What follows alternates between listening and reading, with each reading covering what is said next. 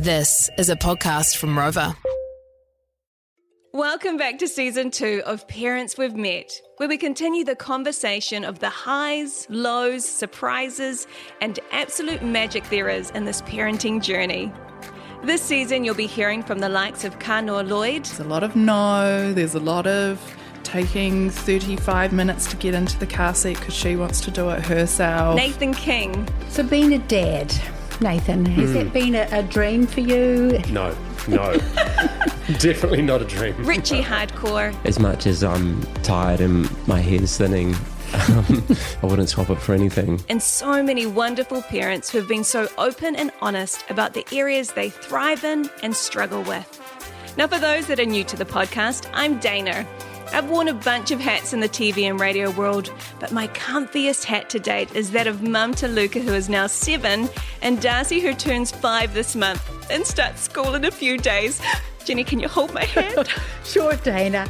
And I'm Jenny Hale, author of Kind, Firm, Calm, parent educator and coach, and a mum and grandma too. I'm so looking forward to this season ahead.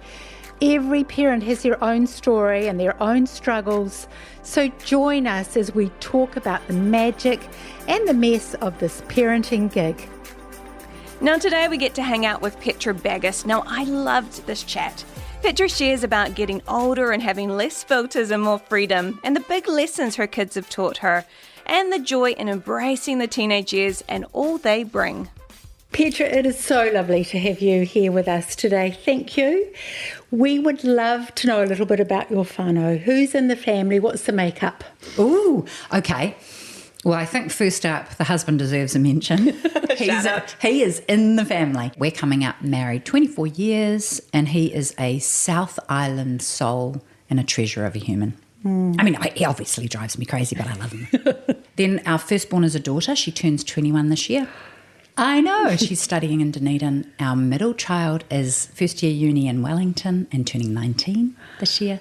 And then our baby is 6'6" and the only one at home now, and he's year 13. Wow. 6'6". I know, he was like, Mum, I think I've grown. I don't think I'm 6'5" anymore. And so he got his father to measure him, and he's definitely approaching 6'6". Mm-hmm. Yeah, he's tallish. That's awesome. Now, we know that raising children is both wonderful and challenging, but we also know that we use other people around us to help us raise our kids. We do. Who would you say has been in your tribe and community over the years? Oh, gosh. Personally, I used to get together with a group of women, and we would, I can't remember if it was weekly or fortnightly, and there were 4 mamas. We would talk about our kids, and we would definitely say the odd karakia because it is challenging raising children. So, and we were at slightly different phases. So some of the mums were slightly higher. So this tribe, yeah, we called them the angels, of course. So Nikki and Kim and Suze would definitely be part of that tribe. And even some days just talking about what was hard, and they didn't have to have the solution, but it was a safe place to put down the difficulty and feel seen and heard and not alone in that difficulty. And what I noticed over the years and years that we used to get together was at different seasons, somebody would be going through something super challenging or it would calm a little, and then it would go back to somebody else would have a major challenge. And I think that was helpful for my expectation that because something was wrong didn't mean everything was wrong, or it would always be wrong, or I would always be in this difficulty. So you're not just talking the early years of raising children. No. These friends were in your tribe right through?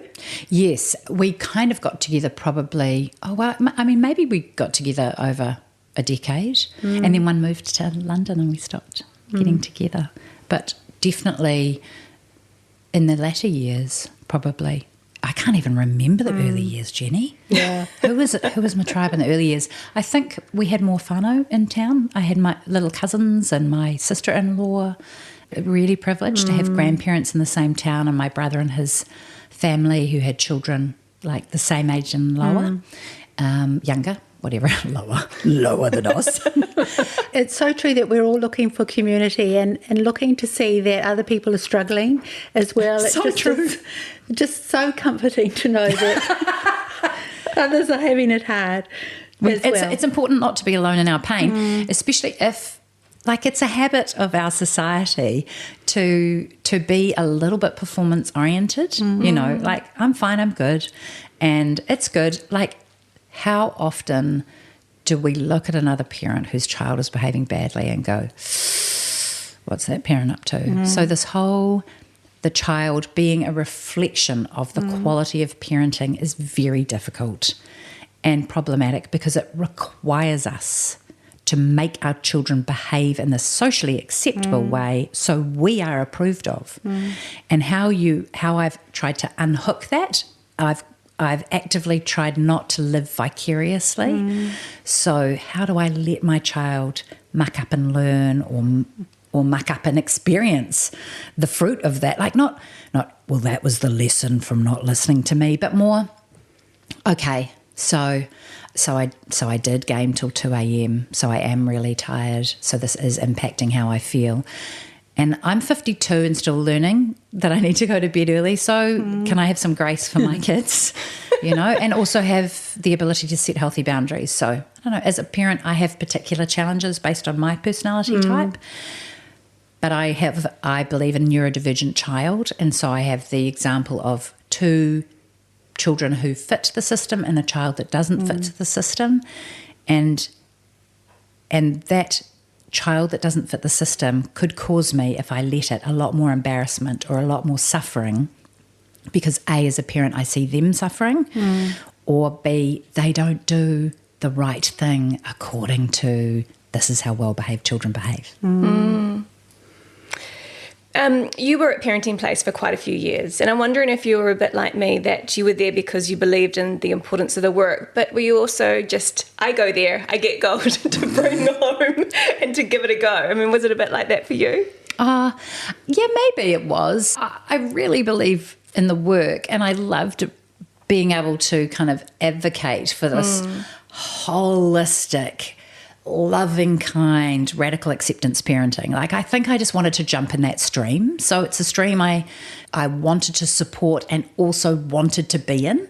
So I think being in that environment and in that culture, it's aspirational as well as practical, like you were saying. I mean, I went on a major bicultural journey with Parenting Place, so it was very personally fruitful. But anytime we are caring for and tending to our own wellness, we're inadvertently, as mums, caring for and attending to the wellness of our whole family and our community. So that journey, while none of my children went, yes, I'm going to speak Māori too, I think I was accessing principles in a fresh way, like whānau first. And I remember a crux moment where I was off to a Māori lesson that I really cared about and was important to me, and this child needed me desperately.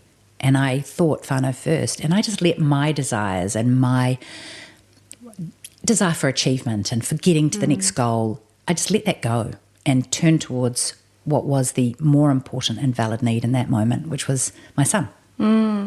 Speaking of your journey learning te reo Māori, what through that journey did you learn maybe about New Zealand, about yourself?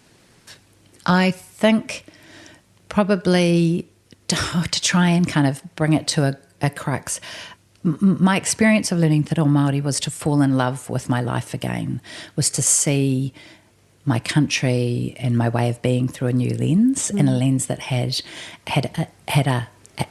broadened my worldview. It broadened my view of humanity. So I see it as an incredible addition and privilege to see my life through te ao Māori, that worldview.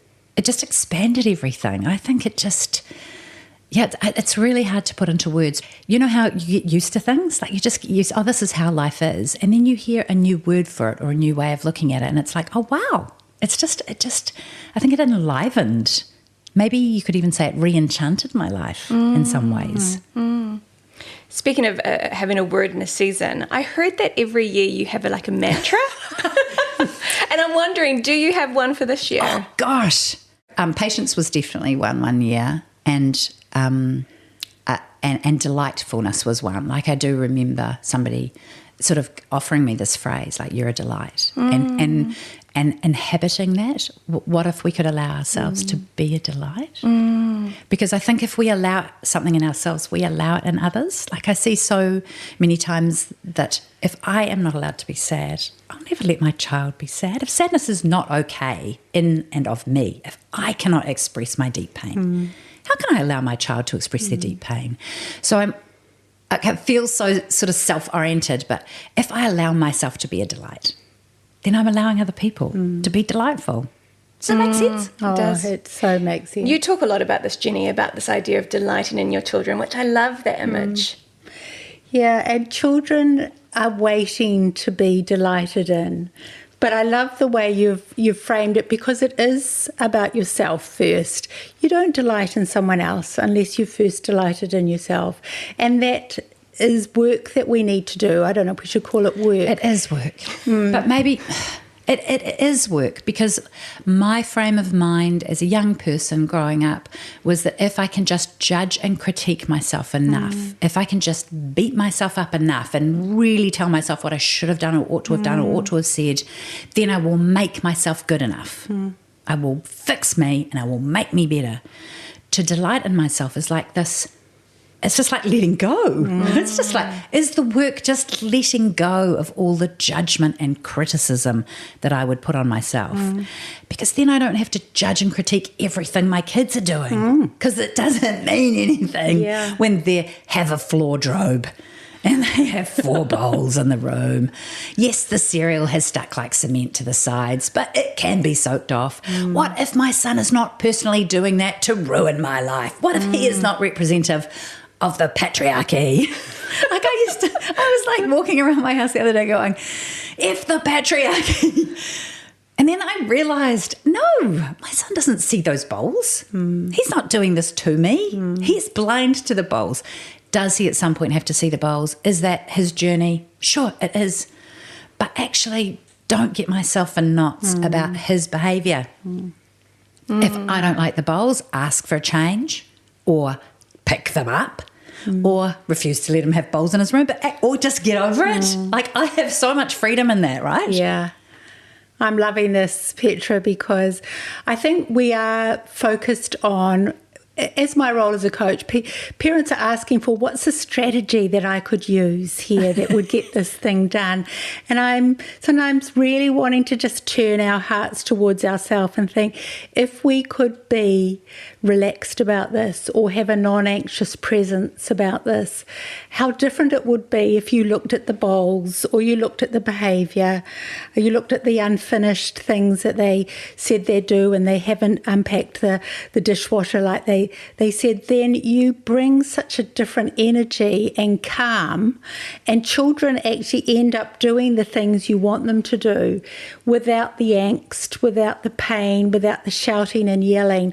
But it really does kind of, in an unfortunate sort of way or a wonderful way, come back to, how do I view myself?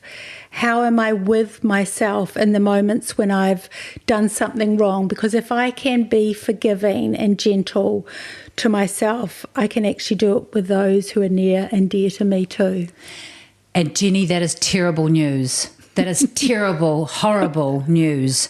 That in fact, my children's behaviour is dependent on me, how I feel about me, how I approach myself in the world. That in essence, if I am well, and if I have compassion and forgiveness for my own humanity, and grace, or like just patience with myself, I have it with them. Like, obviously I'm being ironic. How about that? The freedom and joy that it's me. That as a parent, if I tend to myself well, all of that stuff just calms and calms and calms. So I'm trying to say in a complex way, I 100% agree with you. And look, that comes and goes, right? Like there are moments where I'm like, wow, awesome, P, you did great there. You really stayed calm. But for me, one of the keys has been, it's not personal. When my child doesn't finish the dishwasher, when they don't listen to me, when they take another bowl to their bedroom, it's not personal. They are not doing it to me. They are living their life. Yes, they may need some more boundaries, or yes, I might need to ask them a question. Tell me about the bowls. Tell me about the floor-drobe. Like, not tell me so that I can trap you into realising how wrong it is, but help me understand. And I've had conversations like that with my son, you know, and look, he got a girlfriend just recently, and he's like, Mum, I'm tidying my room. Every time she comes around, he tidies his room before she comes around. There's a reason for him to ditch the floor-drobe. So he's not unintelligent. I think a huge thing for me as a parent has been coming back to trust. And I think it's really scary. It's been very scary to trust that my children might make decisions that are good for themselves and others. But in essence, it's like, can I trust myself? Like, it sort of feels like it comes back again. Can I trust myself? Can I trust myself as a parent? Because I'd spend a lot of time critiquing, if only I'd done that. If I'd done that. We should have stuck to star charts. I didn't use the red plate as much as I had one. Did we ever use it? I don't think I told the children of it. Did I? Like I heard about some kids that were amazing who'd been sailing for 2 years. We should have taken our kids sailing for 2 years. I should have homeschooled. Like, it's so easy to get into this coulda, shoulda. But look, here I am. I'm here. I'm still learning. And my primary goal as a parent is to be connected to my children. Yeah. To be connected, to discover who they are, to offer safe boundaries, to encourage them to become the best, healthiest version of themselves within our society. Like, there are responsibilities. You know, there are behaviours that they have to do. There are things they don't want to do that they have to do. They come home and they say, I just don't want to cook. I'm like, of course you don't want to cook. But I realised that's what I modelled. I don't want to cook. Now I'm like, it's actually not that bad. Like, I'm like, oh, darn, I should have modelled liking cooking. I'm like, I am actually enjoying it more. But I don't know, that's a change in me, right? That's a change in me where I'm free from the recipe and getting it right. I used to have to get every meal right. Now I'm like, I wonder what we could eat. What could I make out of this? Maybe this will be okay. Yeah. Oh, this tastes okay. This is quite good. That wasn't so bad. That wasn't so bad. I listened to a podcast. That would be my motto for this year. Dinner wasn't that bad. Wasn't that bad. Other than, the tradition of collecting bowls and rooms and floor robes and those sorts of things, do you have any other traditions in your home, things that you guys practice? Yes, we do. Definitely. We sit down for dinner every night. We actually do. Yeah. And that's thanks to my husband, who is outrageously consistent, like wonderfully consistent. So, of course, it's a good idea to break that sometimes, but that is our practice. And even now I'm like, hey, hun, because it might just be the two of us. Hey, hun, can we take the dinner outside? Like, in summer, obviously, we sit on the couch outside. But I do love the fact that we take that time together. And the kids will say, can I eat my room tonight? And we're like, nah. But sometimes, yeah, sure, you can. Like, why not? Yeah, let's break it. Because our tradition as a family is to gather and eat. And we used to have a thing where if you were on your phone, if you picked up your phone or answered a text message, you had to kiss everybody at the table. So we tried to make it like this positive thing and not creepy, kiss everybody at the table, but I mean, and so you go around. You got the neighbours over that night. Yeah, on the no. So people are kissing on the head, or he has to kiss his brother's hand. His brother holds out his hand. It's just like something playful. fun, but something playful, but also something like, this is what we want. We want to like be together. Yeah. I think consistency is beautiful. And I remember when I was probably like 15, 16, you think about a relationship and you'd be like, nice eyes, big smile. But as I got older, consistency was actually a big one on my list. I want to be with someone who's consistent, that shows up. And as a father of my children, someone who is consistent actually became quite sexy. Hello. Yeah. Ooh, look at you, looking the same as you always do. I like it. And we have a son who really finds it hard to sit at the table. Like, he finds it hard to stay there. And so even I think I yearned for, intense and interesting conversations at dinner. And I don't think that happened a lot. I look back now and think, should I have had better conversation starters? But I have a child who will leave the table and lie on the floor. And now I'm like, well, he's still here and he's still present to us, and it's okay. It's not saying something about me. He finds it hard to sit still and at the table, or he'll sit on the couch and have an animal on his lap. That's okay. He's come out for dinner, he's eaten his dinner, he's ready to move on, but he's staying in the room. And so then I can adjust my expectation. Yeah. I love the whole eating together thing, and that it's been something that you've just factored into your family, thanks to Hamish as well. There. Totally. What other ways do you use to kind of connect and keep close to your kids? At the moment, I'm using text messages, and we have a group chat, and people are kind of putting fun things in it. So on my way here, I voice texted, I think, 2 out of the 3 kids. So really, trying to just send them something when I think about them. And I do like to do things with them. So it's very easy for me to do things with my daughter, and we called it running errands. And I think they can be any age, right? And we would go and do some jobs together, whether it was dropping off a parcel or going to the post office or picking up an outfit or doing something that I had on my list. We would do it together, and it would probably involve a coffee and a slice. Maybe we'd pop into a shop. So I've started to recognise that unless I do that with my son and it has a different form, I'll miss out on that. So my son wanted a haircut, and I'm like, I'll come. He goes, yeah. Well, he asked me to come, and he said, but you don't have to. You don't have to. But what he's looking for is some support to make that booking and some support to show up. We showed up in the mall at a hairdresser's, and I did this thing where I go, my son's looking for a new do, where I was kind of showing off to the hairdresser and making it like a joke because he's older and he could do this all by himself. And so I was babying him. And as we left, they were fully booked. As we left, he said, Mum, you don't have to do that. And I thought, yeah, good call. I was being indulgent and flippant or something. I was the edge of my tone was a little bit belittling. And I was stoked that he was like, Mum, you don't have to do that. And we talked about it. The next time we walked into a hairdresser, I let him advocate for himself, and I held back. And I went in with him, and he said some things, and I did contribute. Then I left him, went grocery shopping, came back, said, looks great, paid for it. I know my role. Yeah. My role is to fund it. And then I said, look, let's go next door and get Subway because we can. And he goes, no, there's food at home. And I go, no, I'd love to.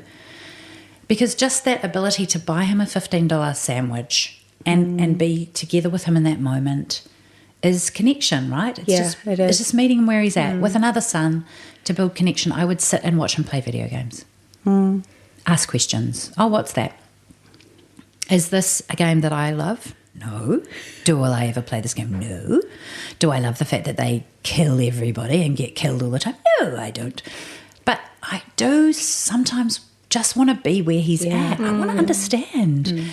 Do you know what has happened out of that? Me sitting and watching my son play Rust and asking him questions.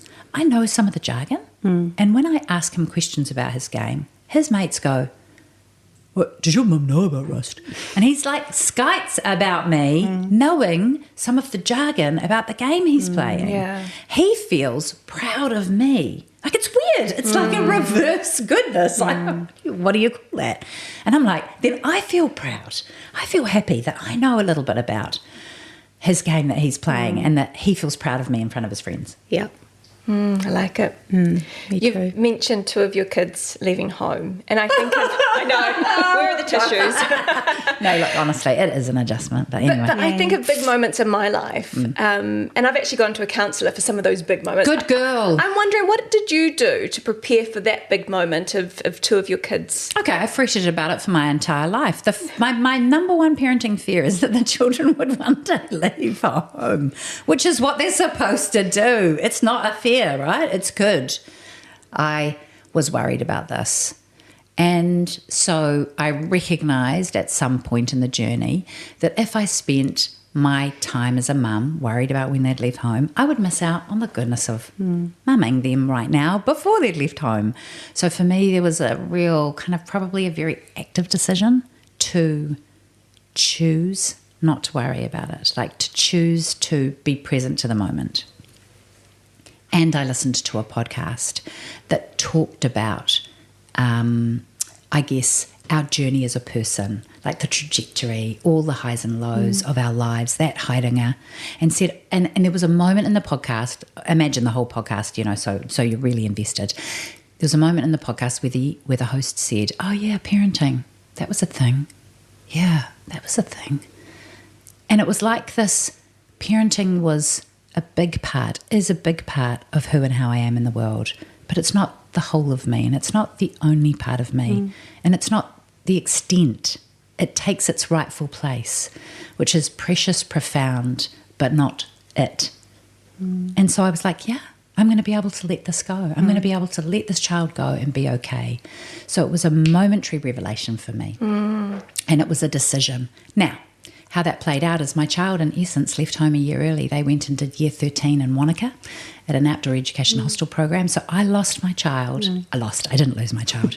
My child left home at the end of year 12. Like, what?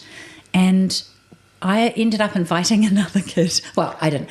We ended up, another beautiful girl came and lived with us for 6 months. So that was helpful for her because she needed a space closer to her school and we could provide that. But that helped me because I had a surrogate daughter. So was I just A-OK and all over it? No.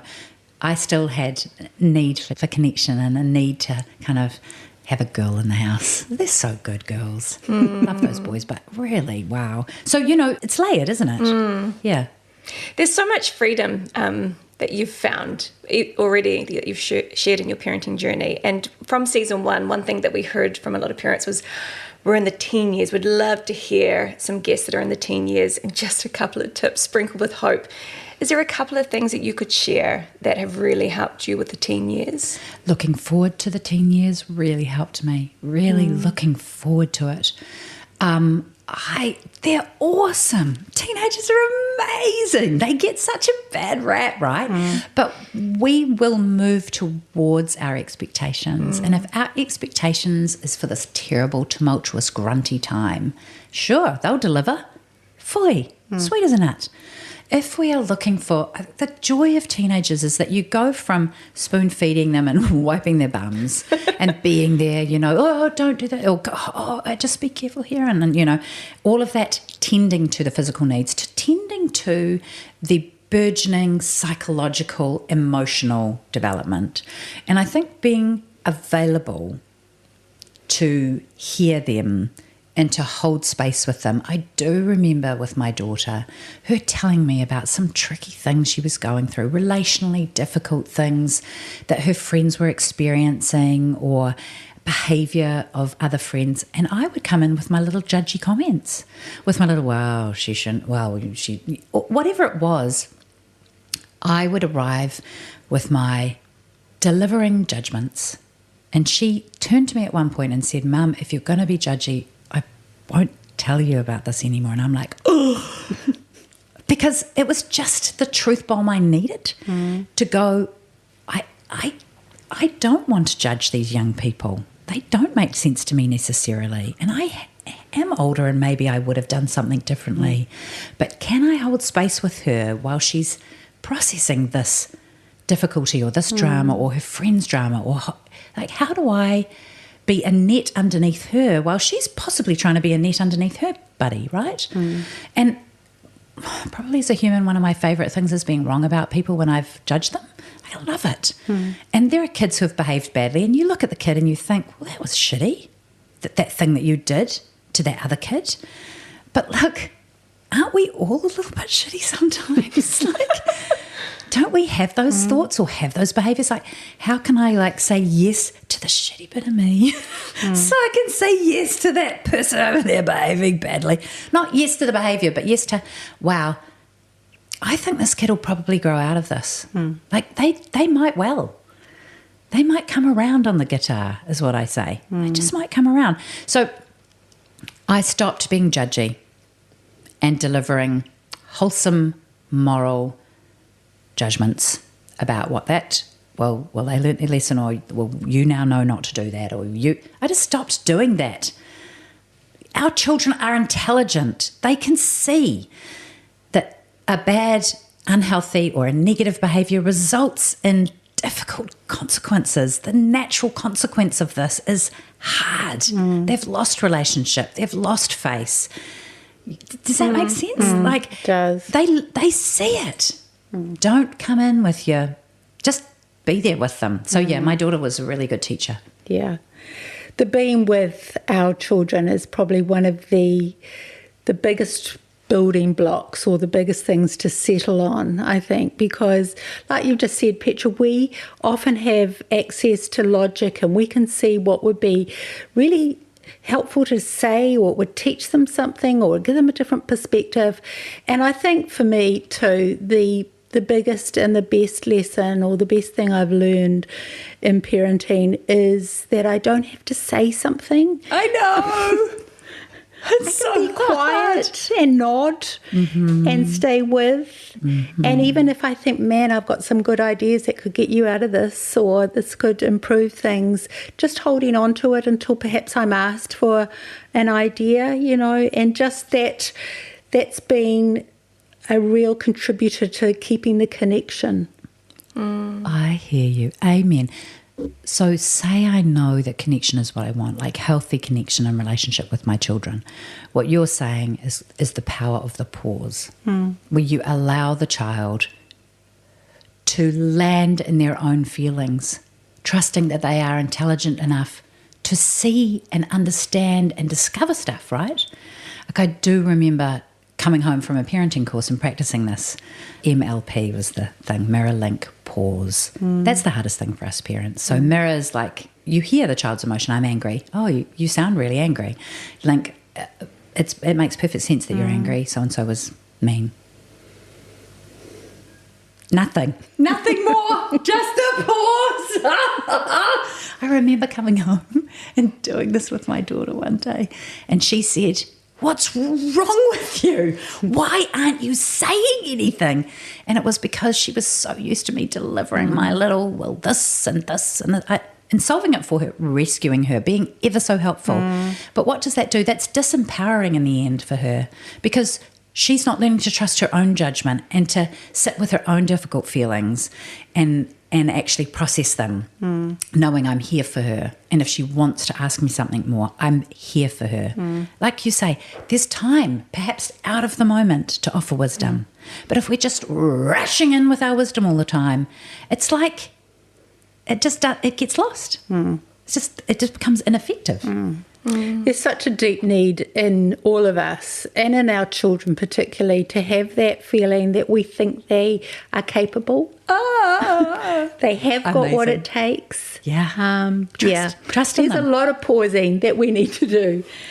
Look, we may have covered this, but there is both mess and magic in parenting. Is there any other thing you'd say about either of those, where you found the mess, where you found the magic? I really have found the mess in myself. Like I think back to my husband. If he travelled a lot for work, and he would come home and I would be like, I have not handled today. I just haven't handled it at all. I'm overwhelmed, or I've stuffed up, or the children have driven me crazy, or I felt like there was a lot of mess. And now I realise that possibly was happening inside my head a lot, that I was messy in my head. And so in this sort of expectations that I had of how they'd behave and how I'd behave, we would never kind of measure up. So for me, not lowering expectations, but coming home to who and how I am in the world has been profoundly peace-inducing, and understanding myself more so that I can just be okay with who and how I am. And then there's just so much less angst. It's just less angst. I wish I knew then what I knew now. I really think that. And at the same time, I have to breathe in and breathe out and say, I did the best I could with what I had. And so embracing the mess maybe not being bad, the mess being just a sign of our shared humanity. I mean, I do remember saying to my kid after I'd lost my temper again, like I'm high highs and low lows, I'm not the even one. That's my husband. So I'd lose it. And I used to say things like, ha, ha, ha, if I've shouted at my kids, then if a teacher shouts at them, they won't be surprised. Turns out that's not a great parenting technique, but they had joy with me and they also had stress with me. I said to my son after I'd blown up, and I felt terrible. Every time I blow up as a parent, I feel terrible. So why do we keep doing it? And I said to him, how many times do you think a parent can stuff up? And he said, maybe 1 million. And I thought, God bless you, child. Because I'll probably meet that target. Like, what if we do all stuff up? What if our children stuff up all the time and our hubby stuffs up and we stuff up? What if that's part of being human? And so then we're not surprised and just crushed by it all the time. What if it's just like, oh yeah, well, that was a stuff up. Okay. And I think the ability to take a step back from myself in the moment. Say I have a conflicting conversation with Hamish and it's frustrating for me and I feel frustrated with him. I can pretty much guarantee that my next interaction with my children will be tense and bad, and it will be me who's behaving badly, and I will be bringing them up to task, and I will be telling them what's wrong with what they're doing. But it's not about that at all. It's that I am actually just pushing that pain onto them. So even in seeing that, I can sometimes pull out of that. I can sometimes just catch a moment and go, hey guys, sorry, I came in a bit strong. I've actually just had a difficult conversation with Dad. That's my responsibility. Sorry, guys. Yeah. Love it. I want to talk about another baby now, and that is your podcast babies.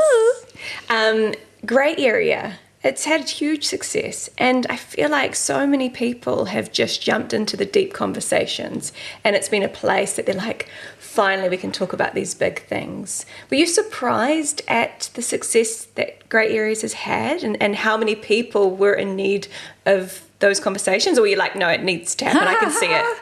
Blown away by it, like so delighted, if we're allowed to return to that, so delighted that this community of people or people have felt the safe space that was what we tried to create, well, what I had in my heart. Like, I think in some ways the genesis of Grey Areas is I remember walking around my local mountain with a friend, having a conversation where we really shared where we were at. And we brought those vulnerable, tender, hard to talk about moments to each other. And I literally thought, we ought to be having these conversations. Like, this needs a bigger audience. Do you know what I mean? But it's very organic because, I mean, it happened in the first season, which was amazing. My colleague Josh said, would you like to make a podcast? And I'm like, yeah. He said, what would it be about? And I said, everything I'm curious about.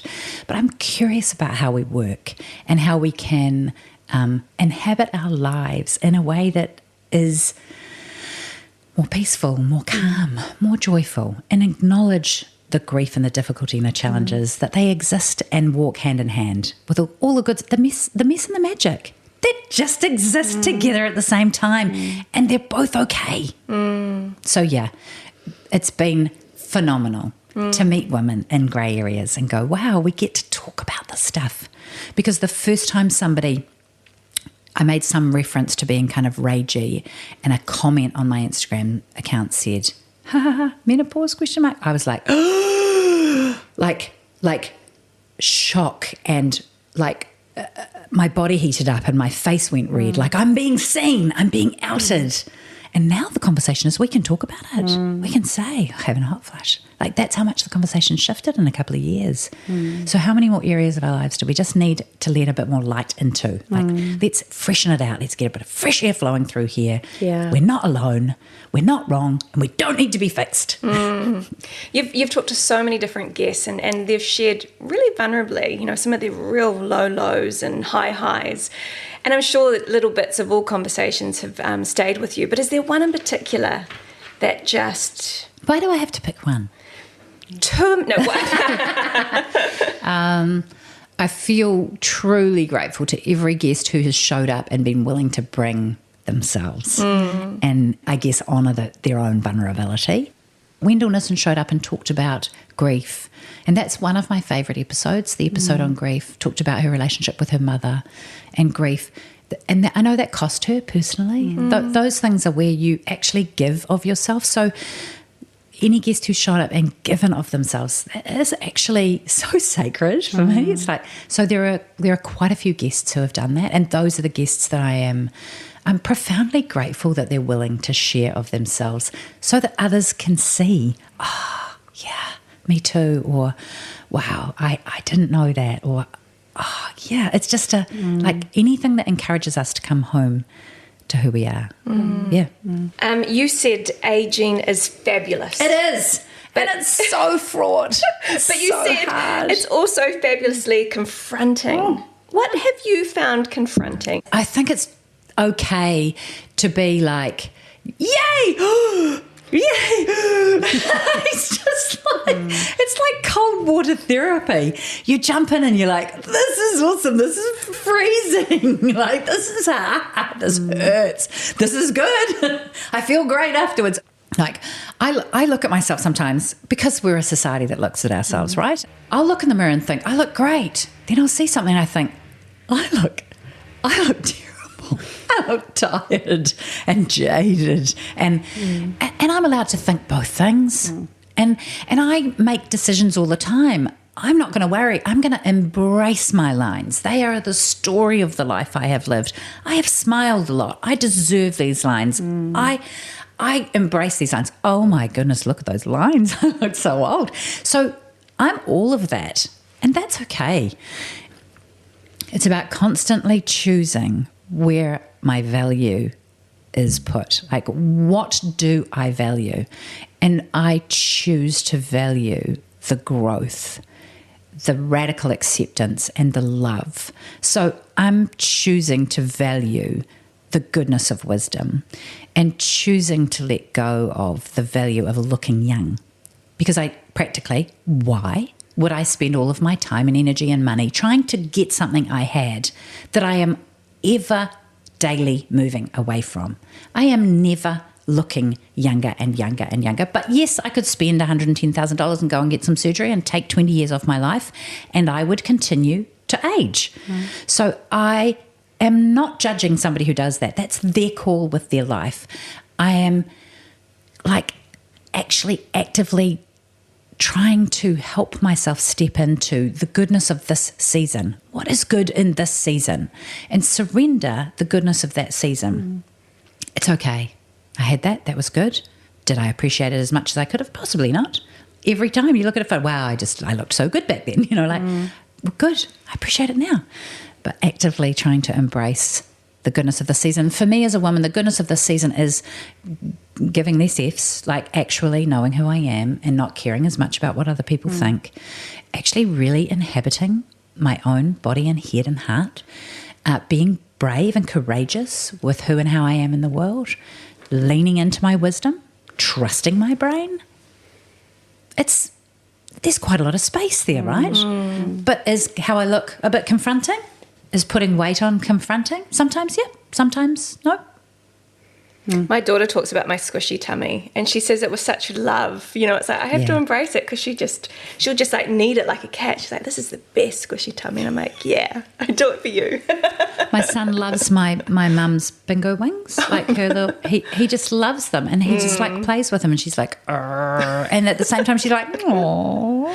In an interview, when talking about Hamish, you said you guys have enough in common to give you something to build on and enough differences to keep it interesting. 24 years, is that how long? 24 years. I'm coming up to 10 years this year, and I love hearing from couples that are further ahead to hear what is the glue, what has helped keep you together for 24 years. Well, I think the glue is layered. I would say ultimately it's continuing to choose that person, which also means maybe continuing to choose myself, like continuing to show up in that relationship. And I think I've abdicated at times that relationship. I think I got bored with us for a while, and I was looking at him going, this is just same old, isn't it? Like if this is it, is this it? And actually, am I showing up in that? No, I'm abdicating. So I so appreciate just the fact that we've held on through the highs and the lows, and the fact that I think that we both believe the relationship is alive, as in that it can grow and change and become deeper and broader. It can actually go where we want it to go. Like I remember sitting down one year and going, well, what's our vision for our relationship? Because I'd heard that you can have like a vision for I had not thought about that. You can have a career goal. You could have a relationship goal and go, well, we don't have one, so there's obviously something wrong. And then going, maybe I don't even need to put a whole lot of pressure on our relationship, but what is it that I want to bring to us? Like, what would I like to see us engage in more? And I guess I'd like to see us engage in more romance at times, or more intimacy, or more like discovery of each other in a deeper intellectual way, perhaps. A joy for me is that Hamish has decided to study, and he's studying psychology, and as he discovers more of who he is, we have this new connection point because I'm fascinated by human beings. So we get this new place to meet. As the children are a little bit older, there's a little bit more space for each other. So we can orient ourselves more towards some times where we get to talk at dinner. Do you know what I mean? Like, there's just seasons. And I think sometimes holding on through the dry patches, and then, we went away together recently, and I'm like, what is this going to be like? It's just the two of us and we're away. It was lovely. What was the joy of that? We had time at breakfast. We just hung out and we chatted about things at breakfast. I mean, we were in France, so it was flippin' awesome, because we were eating croissants and it was beautiful. But it was being together in that space that was quite delicious. So, I think some of the glue is being open to the beauty of the ordinary, like really being present to the goodness of the ordinariness in myself and him and eating breakfast. Petra, you've also said that a couple of your kids have already kind of left home. They might come back. You don't know. Yes, please. No pressure, kids. They come back in the holidays. It's good. That's right. But one day they will go. They will. And when they do, and you're looking at them, what do you hope to see in them? What are some of the things that you hope that you've passed on or they've imbibed and been in this family of yours? I hope to see a tenaciousness and a capacity to embrace life and to embrace their own lives and to foster healthy relationships, like, those good give and take relationships that we all need. I hope that I see them living in community, like caring about themselves and others, like really with these, vibrant, good quality relationships, because we don't do anything on our own. And I hope to see them, just able to be present to the mess and the magic that is their own lives, just to be able to say yes, I guess, to who they are in the good times and in the hard times. That's a good word, delighted in that conversation. I just want to go and kind of think about how I can find more freedom in myself, in my parenting, in my aging. This is, I think, an episode that you could listen to a few times and you're going to get little gems that you missed last time. So I just so appreciate Petra's time and her openness. So did I. There is so much that I want to just mull on and think about. One of the things I really enjoyed her saying was around the sort of public parenting that we might buy into, where we feel like we're different in front of other people because we've bought into their expectations of what a good parent should do. So we might become harsher or more punitive or even ignore behaviour that we might not ignore. But we morph, and actually it's good to stay true to how we'd parent inside our home or outside in public. So our children have the safety of that, but also how I think we should keep in mind our children's dignity, because sometimes in public we'll say things sharper or more intensely, or we'll want them to do something that we wouldn't expect them to do normally. And I think keep that in mind, that their dignity is so important. So if you bail them up in front of others, they almost always kind of have to respond with some form of defiance, unless they're a very compliant child. So that was really one of the things I thought, yes, stay true to your own parenting. And then I loved what she was saying around connection and how as children get older, you really are morphing into whatever form of connection they like. So that means that you are going to watch video games, or you'll go surfing or watch them surf. You'll do things that are outside your comfort zone because the goal of connection is the priority. And so, as parents, I reckon we always have to stay open to new things and new learnings, because Our children need us to adapt, and a lot of parenting is about adapting. Yeah. And I think a lot of people will be listening thinking of that request, that last request that came in that we were like, how can I avoid this? Maybe we might look at that request differently now. Yeah, beautiful. Parents We've Met is brought to you by Parenting Place, a charity that is all about supporting whānau across Aotearoa, helping parents feel really confident in their parenting so that children can feel deeply loved. To find out more, head along to parentingplace.nz.